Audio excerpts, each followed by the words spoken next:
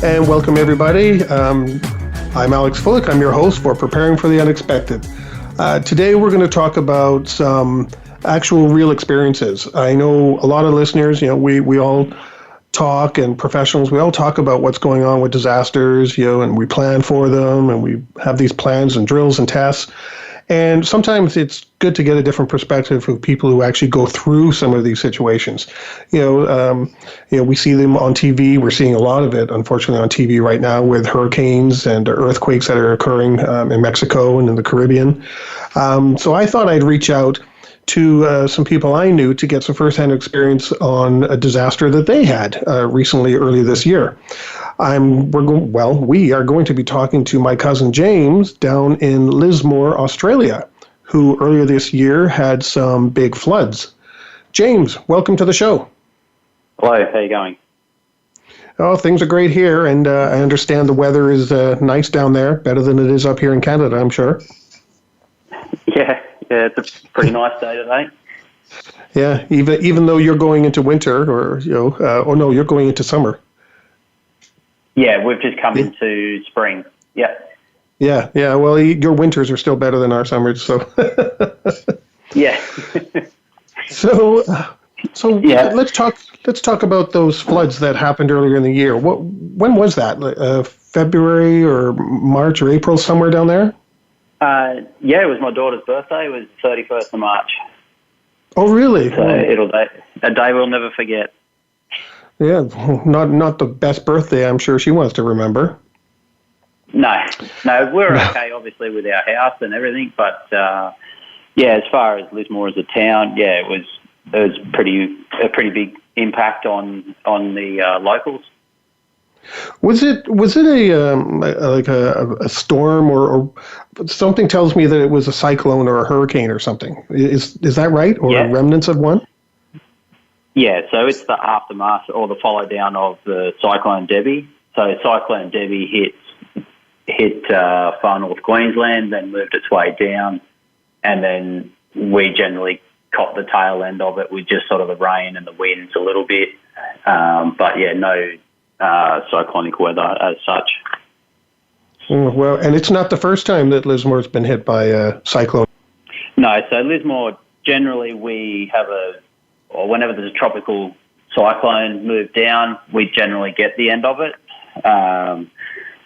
So I've been here for a lot of years, so I've seen the one from 89, 2001, 2005, 2009, and then 2017. They're the sort of the major floods that we've had around town, and generally following on from a cyclone moving to south down the Queensland coast.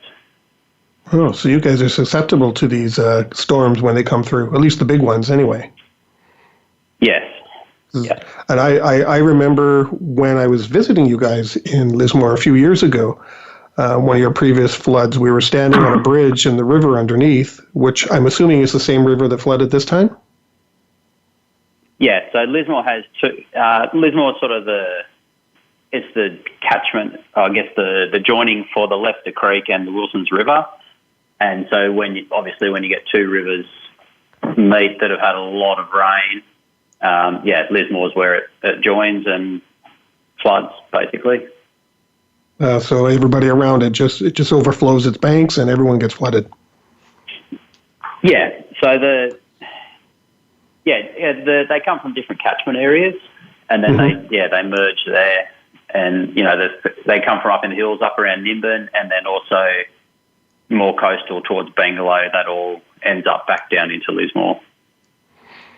Well, that's probably one reason why everybody's house, if I recall, was kind of on stilts. Well, that and the weather. Yeah. Back in 2000 it was about 2005, they built the levee wall in town to try and save the CBD. And when they did that, they all the houses that were affected that would get more water to them, the council had, I think it was federal funding, to lift all the houses to a certain point so that those houses that were under that wouldn't get water inside them. Oh, interesting. I thought the other reason for was to keep cool air going underneath because it gets so hot there sometimes. Yeah, yeah, no, it can have that effect too. Yeah, Yeah.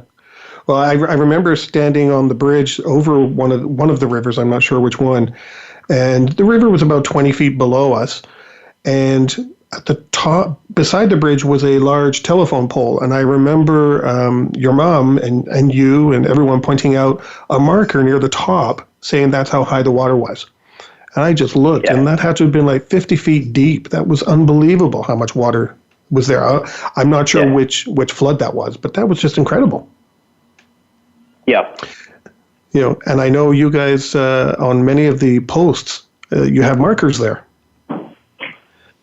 Yeah, so we have one on the 1974. That's basically the mark that everyone goes off.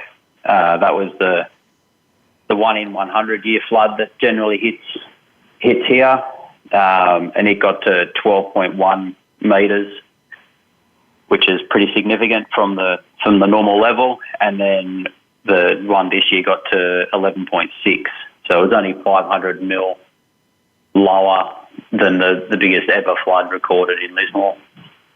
Wow. I remember just being stunned looking at that marker, knowing that that's a telephone pole, the marker's near the top, and I'm still standing, 20, 25 feet above the actual river itself, and just, wow, astounded. Yeah. Yeah, so basically it was about this one ended up about 2 foot short of that. Wow. So that's it was a lot pretty of water. Significant. So now I'm curious, because you mentioned those homes that were raised.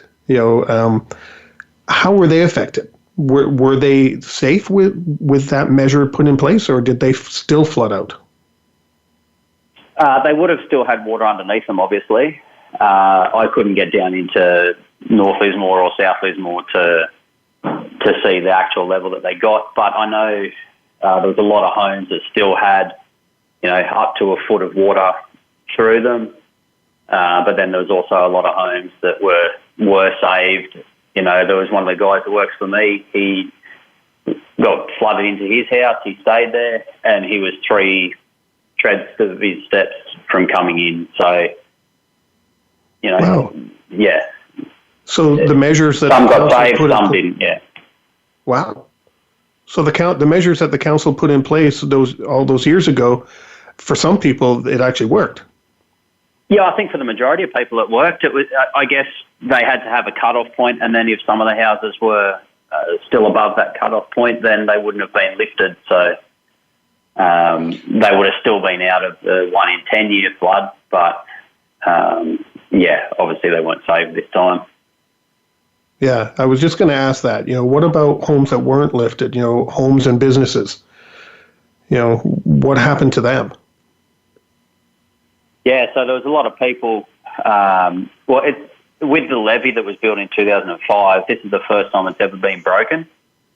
So it saved, 3 or 4 fairly significant floods in its time. And so, there was a lot of businesses in town that got flooded.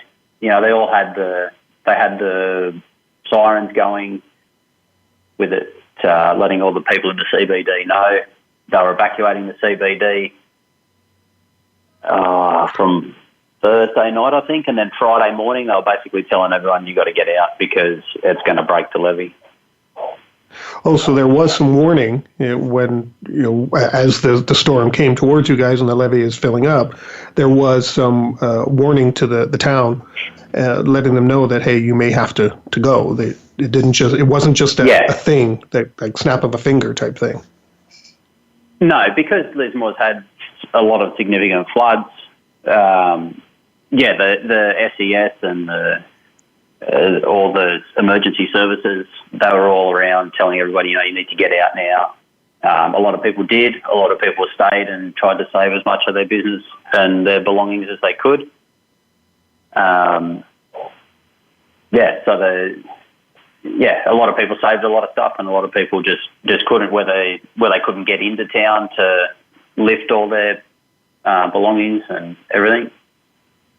And a lot of people just don't have the resources to basically pick up everything in their house and move within a couple of days' notice. Right. So I guess the whole downtown, or the area that was in danger kind of emptied out. Were there like specific evacuation routes? Like I know sometimes you see it in the U.S. when they're evacuating major highways, in both directions, both lanes, all going in the same direction. So was that the kind of experience? People just got in their cars and there's huge lineups heading off to, Brisbane or wherever. A lot of them, they can just, you can get up to the top of the hill towards our place up in Gunnellabar. So once you start heading out of town, Lismore's a fairly big basin. So once you start heading up the hill out of town, you don't have to go really far to get out of it. Oh, that's right. Yeah, because I do remember, because you're in, Richmond Hill? Just outside, if I remember. Hey, what a memory, eh? Yeah. And I know you're up on top of the hill, and I know going into Lismore, you go down this big, long hill. So you didn't have, the citizens there who had to evacuate didn't have all these big, long trips like you see in, the recent Florida, hurricanes, where, they have to go almost to the next state to get out of, the hurricane's flood, path. And that didn't happen there. That's right.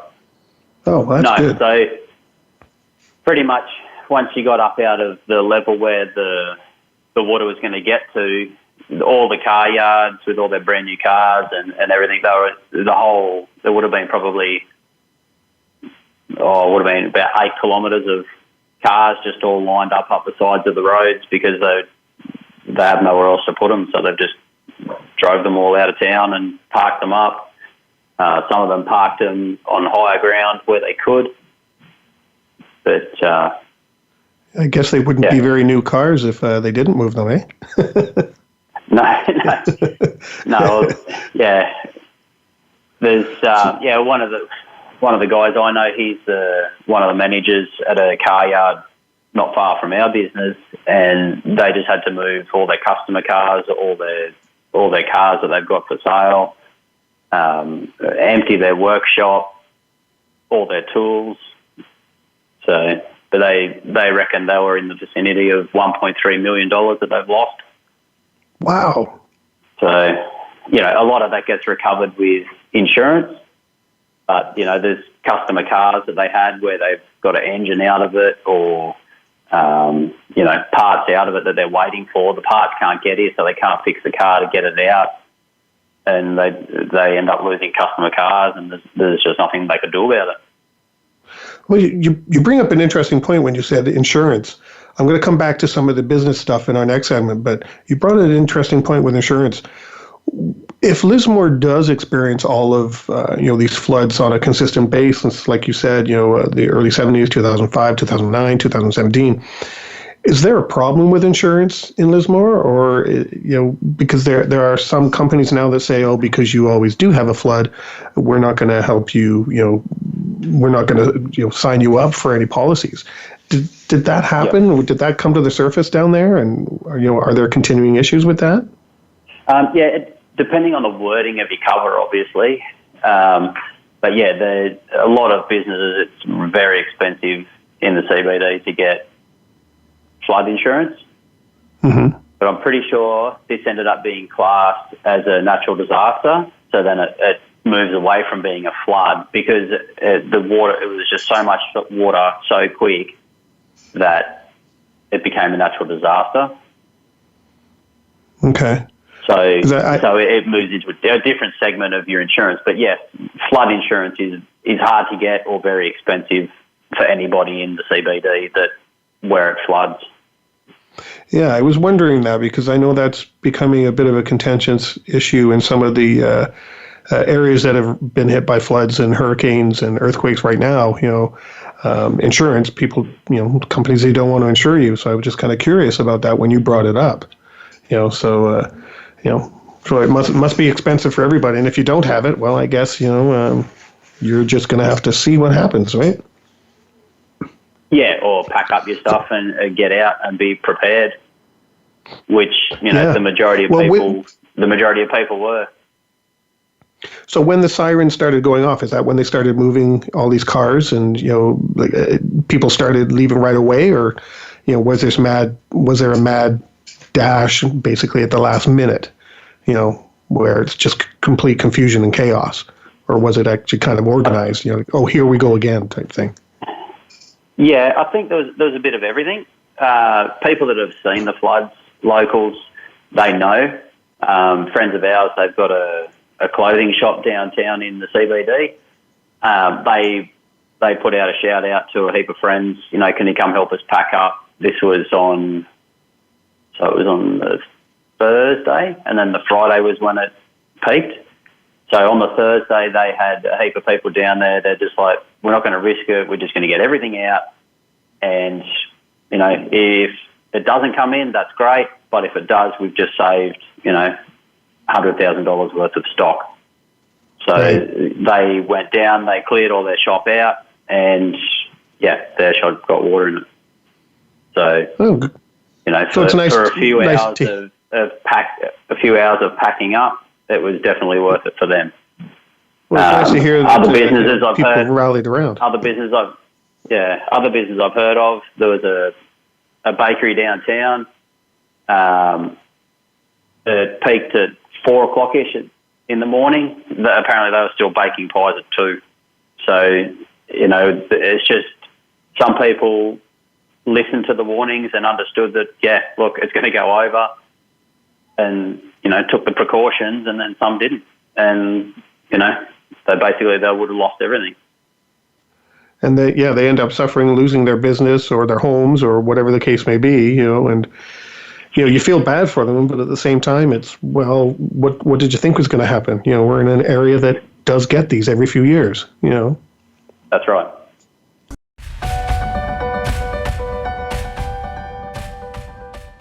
We're talking with James Marshall today. He's in Lismore, Australia, and he went through the floods earlier this year, and he's giving us some personal experiences and insight as to what happened there and some of the different activities that occurred that we may not have seen in news reports on television stations in other countries. So welcome again, James.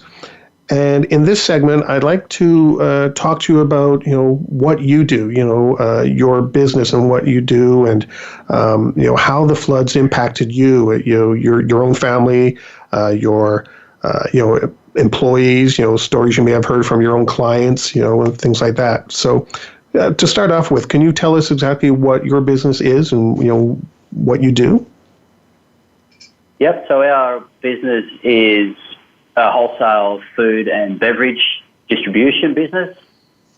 We cover a large area. We go approximately 150 kilometres to the north and about 250 kilometres south of where we go, our base. So it's a massive area. We have a lot of businesses, schools. So the business we do is like takeaways and cafes, restaurants, service stations, small supermarkets, sporting organisations, all those types of places. And we have milk products, drinks products, snacks, and then we do a lot of paper goods as well, where your burger wraps and your chip containers, coffee cups, all that sort of stuff. So that's the basics of what we do. And to our listeners, I've seen this warehouse with all the food, and it's better than a supermarket in there, I swear.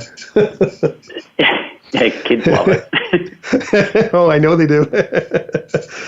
So when the floods were coming close, March 31st there, how did the floods, when they did occur, impact you guys? What happened to you, and how did you prepare for it? If anything, did you even have to prepare? Our warehouse is flood-proof. When we built here in 2009, we had to make sure, the council made us make sure that we were above the 1974 flood levels. So as a business property, we were fine, but for our trucks and our drivers, they were out on the road on the Thursday in the afternoon, and basically, some of those were starting to get cut off because we'd had a lot of rain leading up to it. One of my drivers, he was out towards Nimbin, and he's like, there's a fair bit of rain here. it's pretty much coming down like someone's got a hose on you. So I said, look, you try and get back. If you can't get back, leave the truck there and I'll find another way to get you home. Obviously, my driver safety comes first. So he ended up coming through. So he came through a little bit of water about halfway up the wheels on the truck. Still water, wasn't moving, because obviously if it was moving water, I would have said, do not come through it. Mm-hmm. So he got back, and then as the rest of our drivers got back from areas where they could and quite easily, and then I had to start sending some of our staff home on the Thursday afternoon early because the water was coming up and they would have got cut off from their home, whether they got to go through causeways or whatever. So you started shutting the business down early just in case? We were running on skeleton staff pretty much from Thursday afternoon. We came in Friday. We did the areas that we could get to. But yeah, basically we were pretty well cut off, from Friday.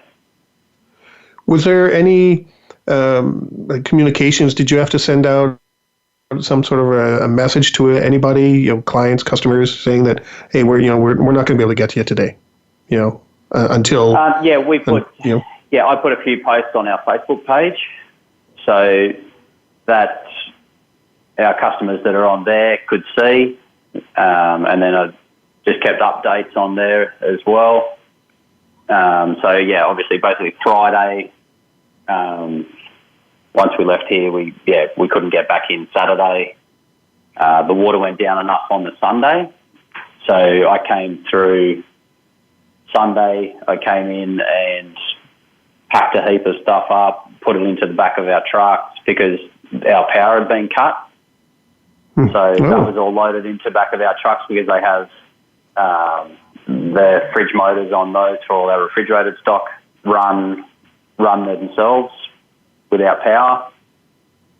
We got all the stock into the back of the truck, and then our guys came in, or as soon as we could get the trucks out, we were out there delivering to our customers because obviously not being able to get to them for 3, 4, 5 days in some cases, they were needing supplies. And depending on they may have been closed down too. That's right. Yeah, there was a lot of areas that we just couldn't get to, we had to reroute our trucks. And as soon as we could get to those areas, we got to them as soon as we could. Right. Especially with our milk products, it's a pretty big necessity. I guess your staples, milk and bread is what you need. Yeah. And so basically we were, as soon as we could, we were out there doing it. So roughly like sometime Sundays and Monday, so two days afterwards, you were kind of, I hesitate to say back to normal, but doing the best you could after that, right? Yeah, that's right. Yeah, we were still doing the best we could. We still had some problems with getting stock to us as well. The highway was closed off at Chindera, just south of the Gold Coast. So basically what stock we had in the warehouse was it. And then I was in constant contact with the milk manufacturer that we do the milk for, saying, look, the trucks can't get through, so we'll have to try again tomorrow, and then we'll have to try again tomorrow. And then, as soon as they got through, they were doing the best they could with us as well.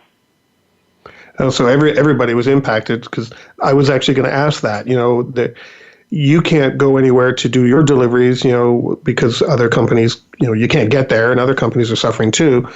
And your suppliers at the same time couldn't actually, give you everything you needed because they're blocked off as well. The Pacific Highway that goes, between Brisbane and Sydney was shut. So there's no way around. There was just lineups of semi-trailers all the way up the highway. Well, it's good to know that all your drivers made it back safely. Yeah. What about some of your employees?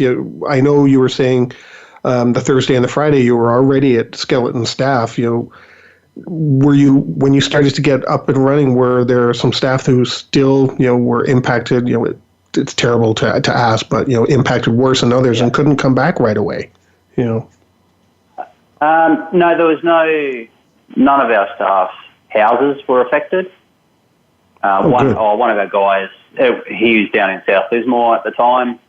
He got water underneath his house, but then basically the water went down. He hosed it out and cleaned it up, and he was able to come back to work pretty well straight away. Well, that's good, because I've seen some of the pictures. I've seen some of the pictures of that flood, and there are houses that are right up to the rooftops, and cars that are right under the water. So to know that none of your staff were impacted to that degree, that's good to hear.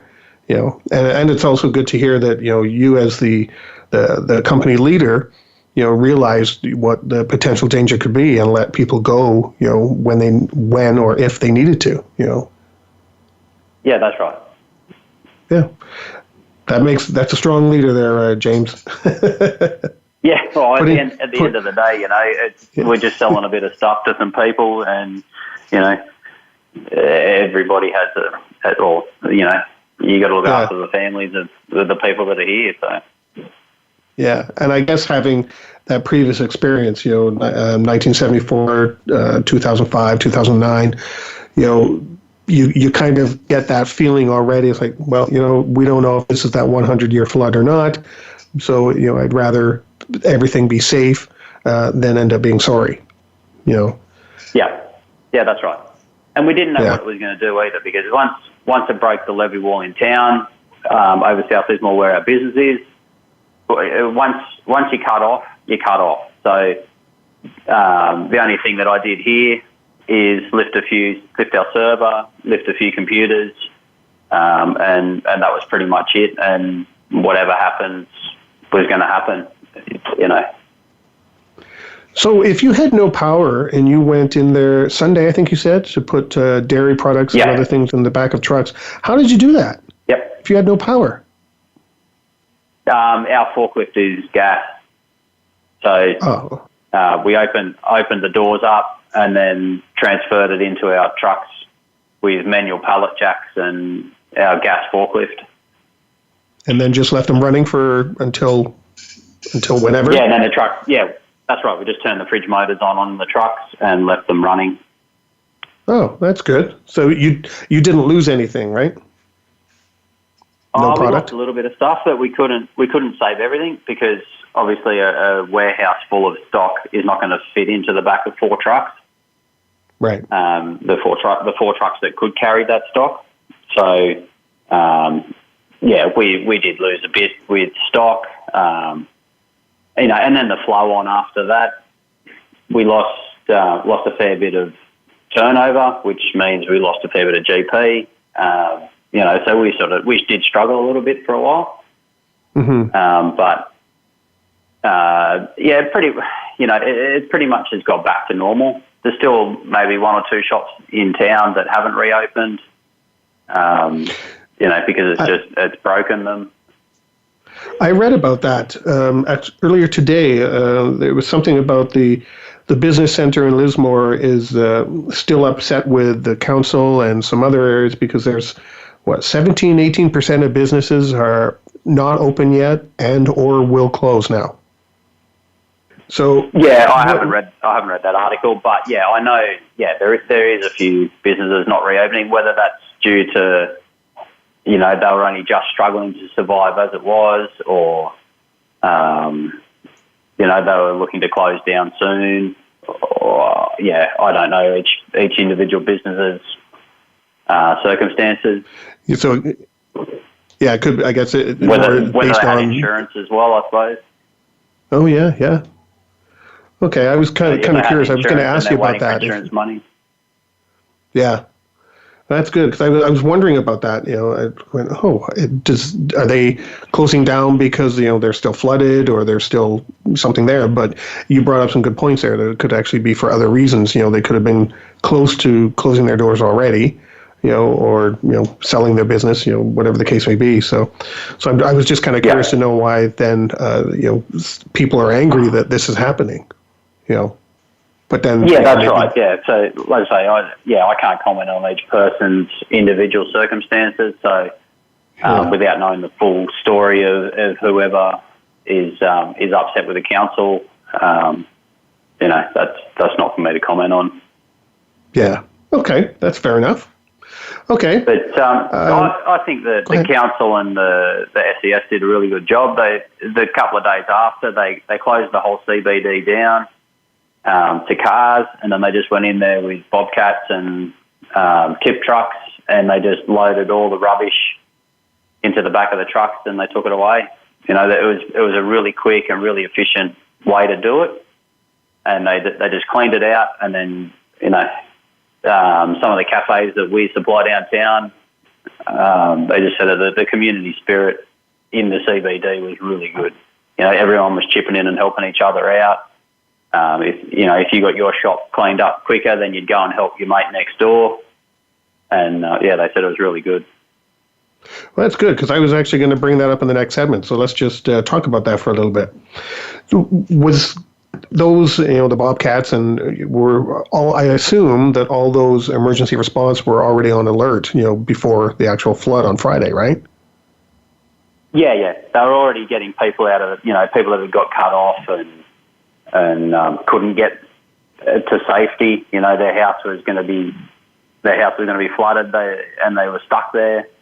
The SES were going back and forth with boats and just getting people out the whole time. Especially those that wanted to, maybe stay behind or something, and get them out rather than let them stay there. Yeah, that's right. Well, obviously they're only going to get the people out that want to go. They can't force people from their homes, but it depends if you're going to take the safety advice of somebody that's been there and seen it and everything, or you want to try and risk it yourself. Yeah, and that's not always the best thing. We see that on the news every day, and with the recent hurricanes in Florida, people who decided to ride them out and didn't work out for them. So if you decide to ride it out, who knows what can happen. That's right. Yeah, for me, I think you're better off clearing out, and if you lose a little bit of property and you've saved as much as you can, well, so be it, because your life's worth more than a lounge chair or a TV. Yeah, it's true, but you'd be surprised how many stubborn people there are out there. Who want to stay. Yeah. So we're going to take another break. We're talking with James Marshal, giving us first-hand experience from the Lismore floods in Australia earlier this year. And we'll be right back in just a moment.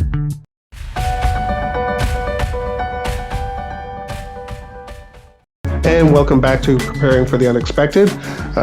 Again, we're talking with James Marshal, who's given us some first-hand experience in the floods in Lismore earlier this year, and what happened with his business and others' business, and how his employees responded and how he himself responded. And I just remembered something you told me before we started, James. The flood happened on Haley's birthday, right? Yes. So this will probably be something she'll remember for a long time. Yeah, she'll remember it, but probably won't celebrate it. We'll just celebrate your daughter's birthday, not the flood. Yeah. Good. So I wanted to, before we went on the last break, we were talking about some of the emergency response and things like that. So I was kind of curious to know, I know you mentioned that they had, people on boats helping, move people around and, things that needed to happen. But when did these bobcats come in? Like, how long did it take for the water to go down to a level to bring these people in and what, to help out and get rid of garbage? Can you tell us a little bit more about that? Yeah, basically as soon as the water started receding, they got the machinery in there. Probably would have been the Monday, because as I said before, I was here on the Sunday down at our business, but I had to walk through waist-deep water to get through the CBD. So it would have been, that was on the Sunday, so on the Monday they would have pretty much started hosing bits out, and then the Monday, Tuesday, and even up until a week later, they had machinery, and the tip trucks they basically said to everybody, put all your rubbish out beside you, out on the curb, and they just came around with the machinery and picked it up and took it away, because otherwise it starts to become a health hazard as well, when you've got that sort of stuff hanging around for so long. You never know what sort of diseases or whatever is in the water. Right. So, yeah, they pretty much just cleared it out straight away. I just want to go back on something. You didn't mention this before. On Sunday, you were walking through waist-deep water? Yeah. So you drove halfway there and then walked through the water the rest of the way to the building? Yes.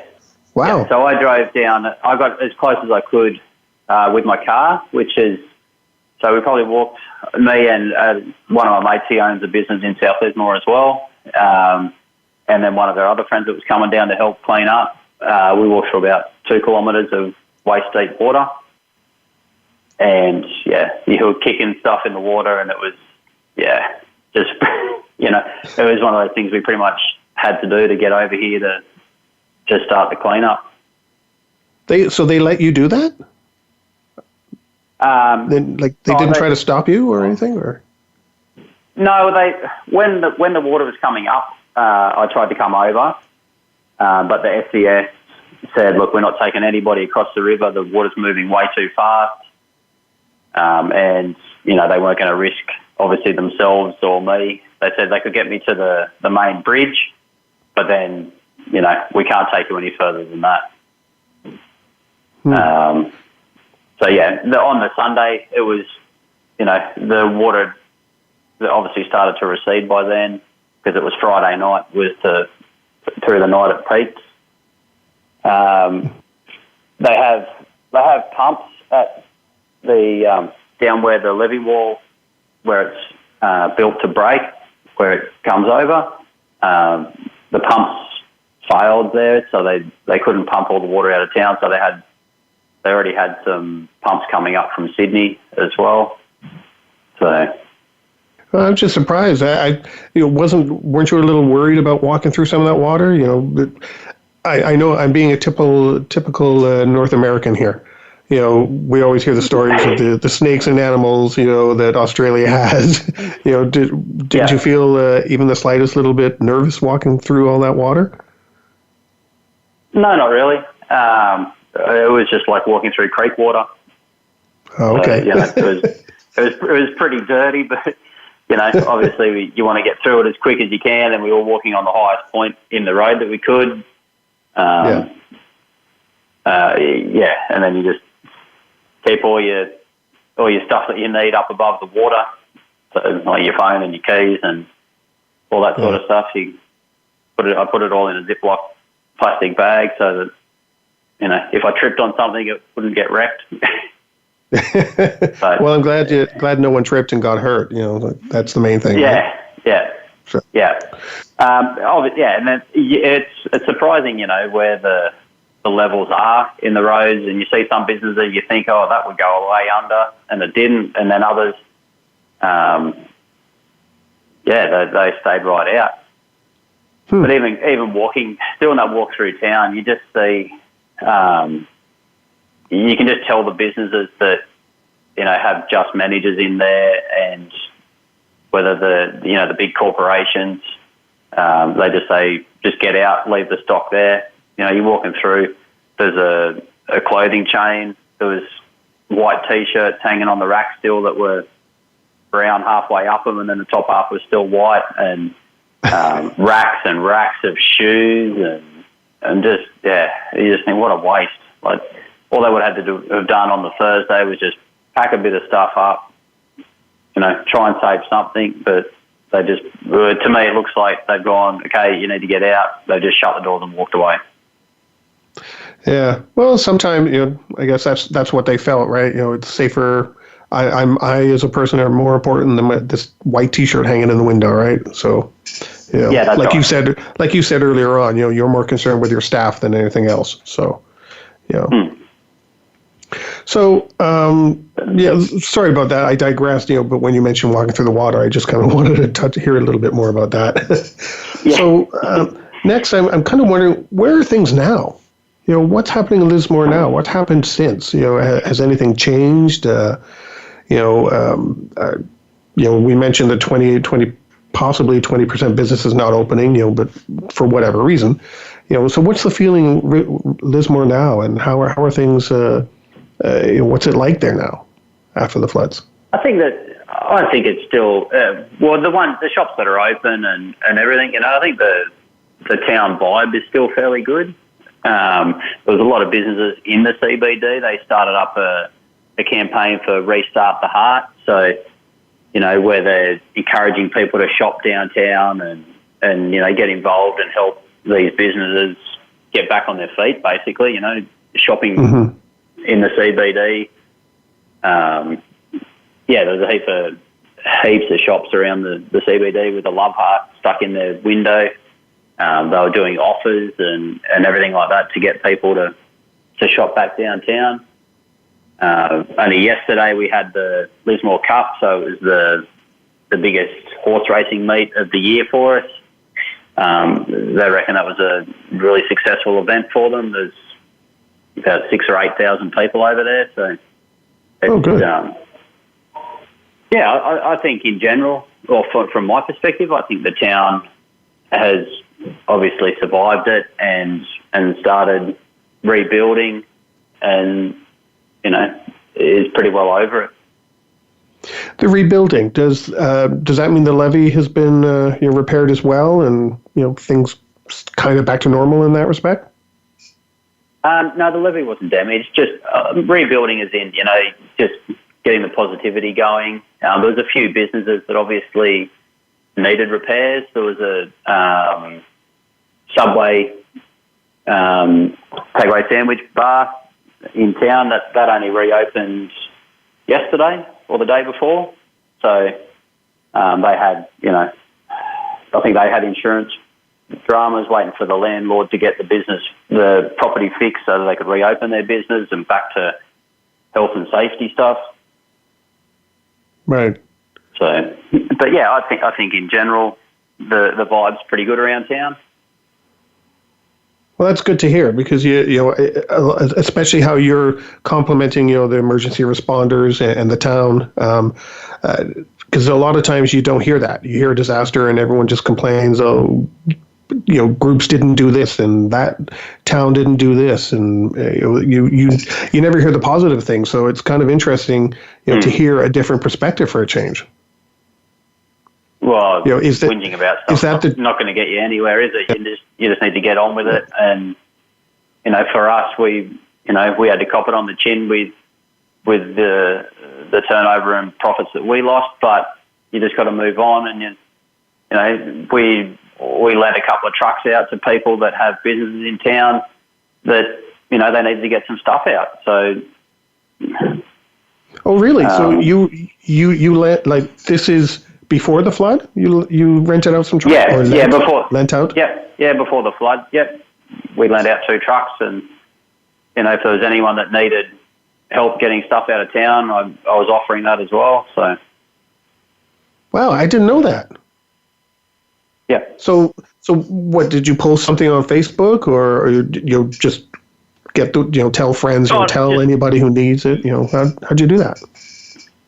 Yeah, I had a phone call for one of them, and then, basically I just through word of mouth and everything, I said, look, if there's anyone that needs a hand, just tell them to give me a call.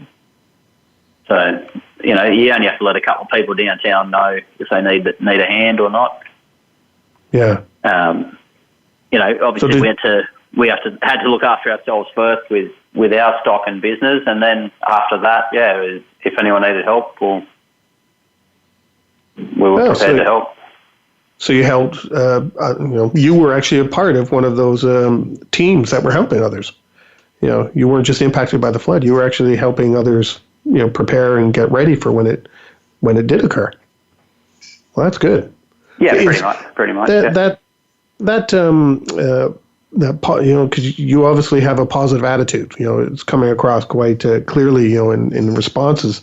So, is that the general feel in Lismore? About the response, or is there a negative feeling, even though they're trying to rebuild the city, the town center, etc. Is the overall response been positive? Like, hey, we are a strong community. We got a good council that knows what to do and things like that. What's the overall feeling?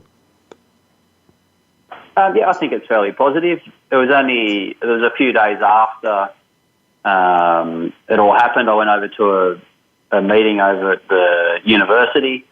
There would have been a few hundred people there, maybe 300 or 400, and they had people from high level in the police force, the SES, councillors, all these sort of people, Lismore, the Chamber of Commerce, all that sort of thing, and they were all, and the same there. The biggest thing that they had come out of it was the effort that the SES put in,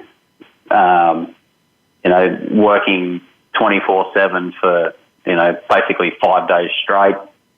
And they had banks and all that sort of stuff there as well for people to talk to if they were in need of assistance. So I think, as a general thing, the council and everybody was just trying to help everybody out. I don't think anyone was there for their own agenda of, I'm going to make some money off this or whatever. It definitely didn't have that feel for me. Well, I'm glad to hear that, because a lot of times you don't get that. You see the town halls after these disasters, and it's nothing but a yelling and screaming match, and everyone trying to point the blame on somebody else. So that's something you don't hear a positive story like that very often at all. Oh, yeah. Well, talking to a few people that I know that have got businesses and that around town, and they're like, I don't know how this meeting's going to go. Whether it was going to kick off or not. Obviously, they had a few police there in case it got a bit rowdy, but yeah, there was no incidents at all. It was just everyone went there to listen what the people had to say, and obviously, for me, the biggest thing was the effort that the emergency services put in. Yeah, those people do a great job rescuing people. Rescuing people that needed it, and then. Also in the cleanup afterwards. That's great. And we all know Australians never get rowdy. No, never. Never. Well, James, I want to thank you very much for your time on the show. We've come to the end, so I thank you for your firsthand insight and the things that you actually went through, with yourself, and how you helped the community actually, and how you kept your business running, and how you were impacted, and what happened within Lismore and the aftermath of Cyclone. What was it? Cyclone Debbie, right? Cyclone Debbie. Yep. Okay, and Cyclone Debbie. So I thank you very much for your insight. I think it's great. I hope our listeners learned a few interesting things, and can pick up some ideas that maybe they can take back to their organizations or their communities to, hey, this community in Australia did X, Y, Z. Maybe we should think of doing something like this. So I thank you very much for your insight. And to everyone else out there, if there are any specific topics you'd like us to talk about on the show or want to be a guest yourself, please send me an email at info@stone and dash or the hyphen sign road.com and let me know. And maybe we can get you on the show, and we'll let you show your expertise on something or share some stories that you've gone through like James did with us today. So thank you very much for listening, everyone. Stay prepared. If you liked that video, thumbs up. If you didn't like that video, thumbs down. But leave a message and let me know what your thoughts are. If you'd like to be a guest on the show to talk about something related to business continuity, disaster management, COVID, personal well-being, anything that's relatable to those subjects, you can reach me through my LinkedIn profile, which is in the video description. And of course, don't forget to subscribe. In the meantime, stay prepared, everybody.